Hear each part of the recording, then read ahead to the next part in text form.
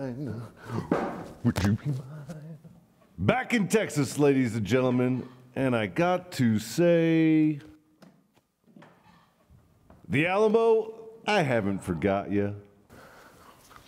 Ladies and gentlemen, boys and girls, are we ready for some bedtime stories? Because I am. Let's get right to it, shall we?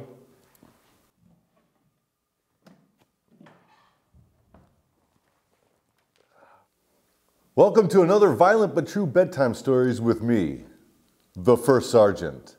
Have you heard about the most decorated soldier of the Vietnam War? Let's gather around in a school circle and learn about the most badass American of the war. Joe Hooper. Born on August 8, 1938 in Piedmont, South Carolina, Joe was a scrappy young kid. He would often find himself in schoolyard fights and getting into trouble. At the age of 7, and USS Hancock as an airman.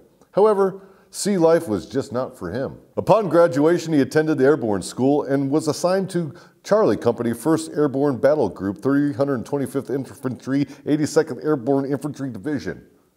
Things were looking up for Hooper, airborne qualified and ready to drop in for some hate and cookies. However, his time to slash Charlie had not come yet. He would be sent to Korea, where he was promoted to sergeant. He would ask for assignment to Vietnam once again and would be sent to Kentucky. As part of the 101st Airborne Division, he would only stay in Fort Campbell for 3 years before his next promotion to Staff Sergeant in 1966.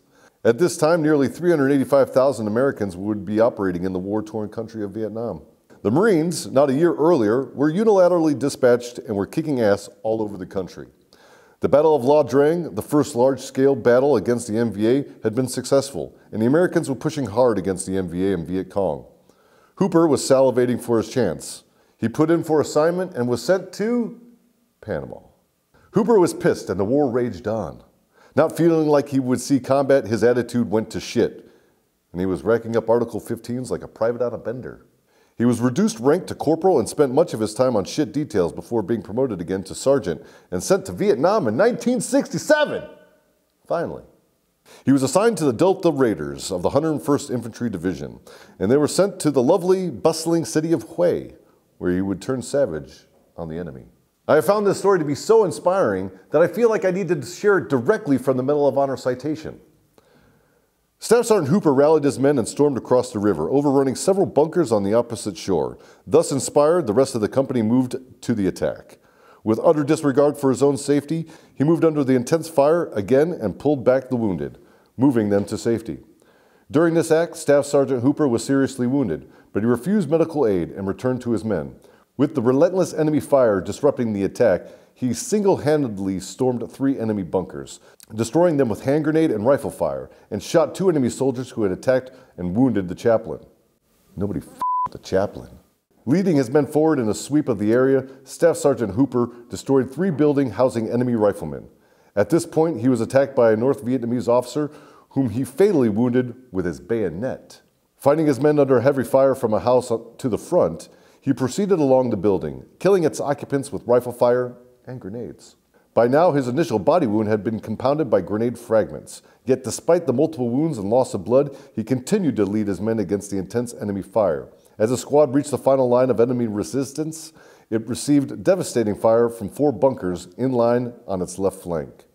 Staff Sergeant Hooper gathered several hand grenades and raced down a small trench which ran the length of the bunker line, tossing grenades into each bunker as he passed by, killing all but 2 of the occupants.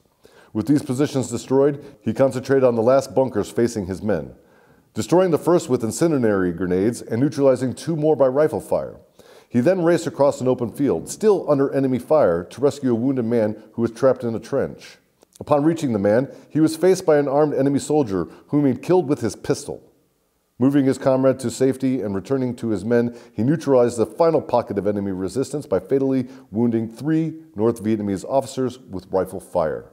Staff Sergeant Hooper then established a final line and reorganized his men, not accepting treatment until this was accomplished, and not consenting to evacuation until the following morning. Hooper would serve several tours in country and is recognized as the most decorated Vietnam veteran of the war. His last assignment was under special permission granted by the President of the United States. Hooper would find that life after the war was too much to bear, with all that anti-war hippie socialist bullshit. He would turn to alcohol, which was thought to be the cause of his early death in 1979. In all, Hooper was awarded the Medal of Honor, 2 Silver Stars, 6 Bronze Stars, 8 Purple Hearts, Presidential Unit Citation, and 6 Campaign Stars. Joe, you're a warrior through and through. Your actions in combat were a credit to yourself and those you led, as well as inspiring so many others to follow in your service. This will defend.